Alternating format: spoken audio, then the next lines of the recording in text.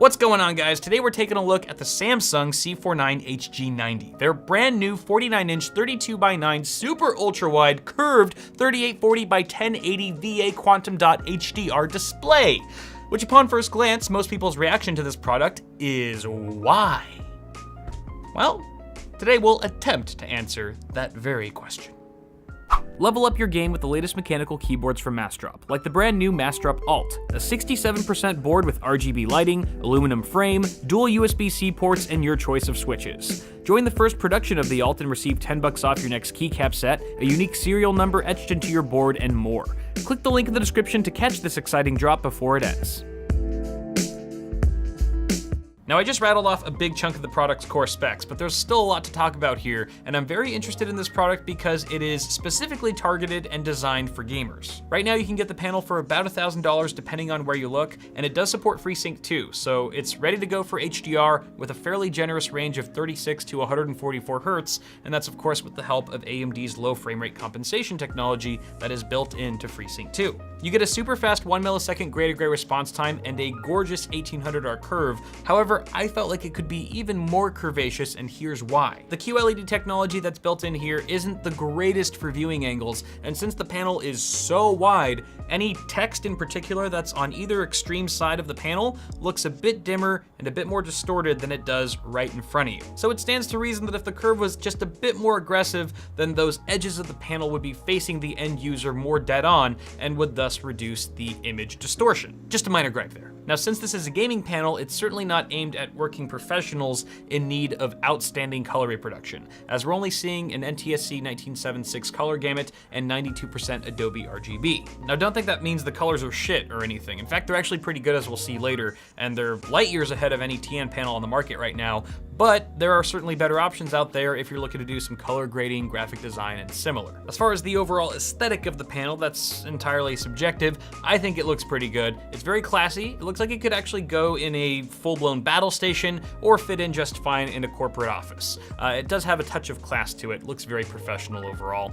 The bezels, at least on the top and sides, are fairly thin. I've definitely seen thinner, and the bottom one is the thickest of them all, but it's fairly tasteful, and there's a little bit of a Samsung branding in the middle, not too obvious. There are some OSD buttons for navigating the on-screen display, just below, off to the right. The button on the right is actually a little joystick for easy navigation, and it controls pretty much 95% of what you would need in the OSD. There aren't a ton of features in here, which I actually prefer over having an overwhelming number of them that I'll probably never touch. Some notable ones are picture mode, picture by picture, the option to enable or disable FreeSync, a black equalizer, which actually brightens up the blacks on screen so that you can see enemies that are hiding in the dark more easily, and a bunch of others. What I really like is that you can save any combination of these settings to one of 3 custom profiles, and then switch between those profiles with one of the 3 buttons located to the left of the joystick. This would be great if you wanted to have separate profiles for gaming, productivity, and daily web browsing, for example. Overall, the OSD is super intuitive, it's easy to navigate,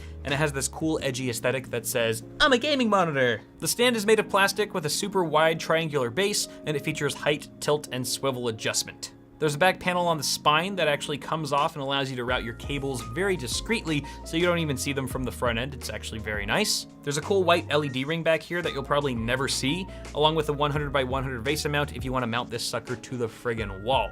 Just make sure you use studs. As far as I/O, you get 2 HDMI 2.0, 1 DisplayPort 1.2, and a mini DisplayPort with included cables for each interface. There's also mic and headphone jacks, a trio of USB 3.0 ports for upstream and downstream use, and of course your full-size AC power.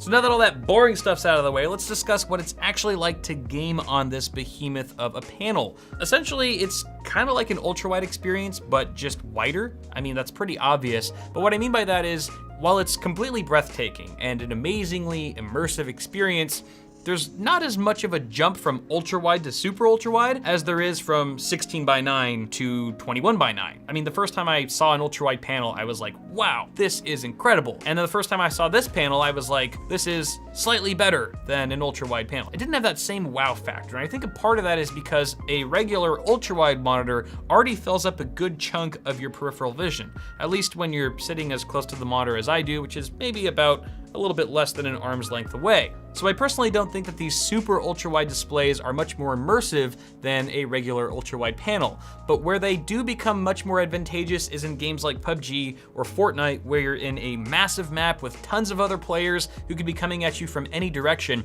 In that sense, the wider field of view allows you to spot enemies much quicker without having to physically turn or move your mouse. Fortnite in particular, because you can't really turn your head while you're running like you can in PUBG. I would say that's one of the best, if not the best, gaming-centric features of having a display this wide. Now, while it's really nice to see more of your environment by simply scanning your display left to right, the 3840 by 1080 resolution isn't gonna be for everyone, and some users are inevitably gonna feel smushed or smashed down and are gonna be wanting those extra vertical pixels. Other users will be able to look past it or get used to it just fine, so it's one of those things that you have to check out in person and decide for yourself if it's right for you.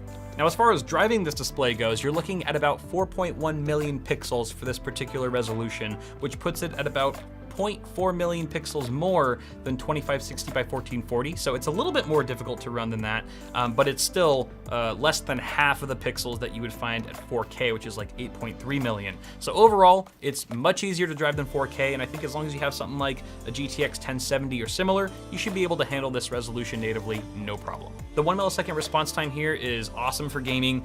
When you're turning quickly, there's very little motion blur, everything stays razor sharp and just looks phenomenal. Pair that with the FreeSync 144 Hz, and you're getting a truly buttery and delicious gaming experience through and through.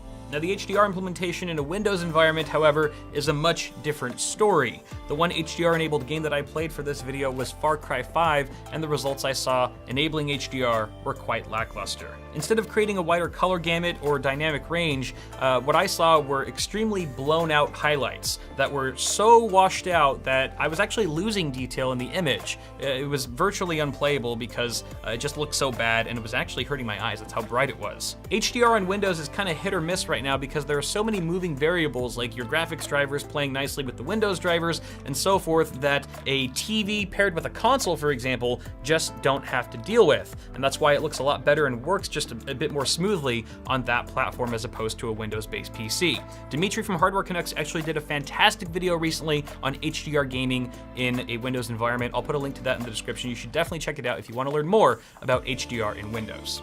Finally, as this is a QLED display, we are subject to potential backlight bleed, which are those nasty hot spots of light that you see coming from behind your monitor, usually around the edges of your screen.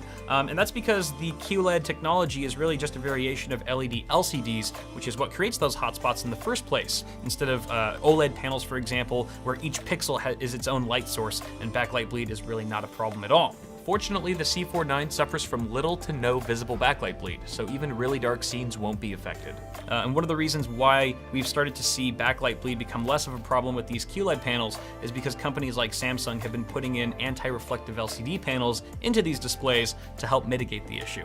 In closing, I think it's pretty obvious who this panel is intended for. Gamers for one, obviously, but more specifically AMD users who can actually leverage that FreeSync technology. I think that's sort of a make or break here. You really want to be taking advantage of that if you're going to spend $1,000 on a panel like this. I think it's also safe to say that you have to be really into gaming to enjoy this monitor to its fullest. I mean, obviously you can do web browsing, two 1920 by 1080 panels side by side, essentially, but I think where it really shines is in the gaming environment. So if you're not going to be gaming on it constantly, then it's probably not the panel for you, and there's probably a better model out there that can do what you want to do better than this can.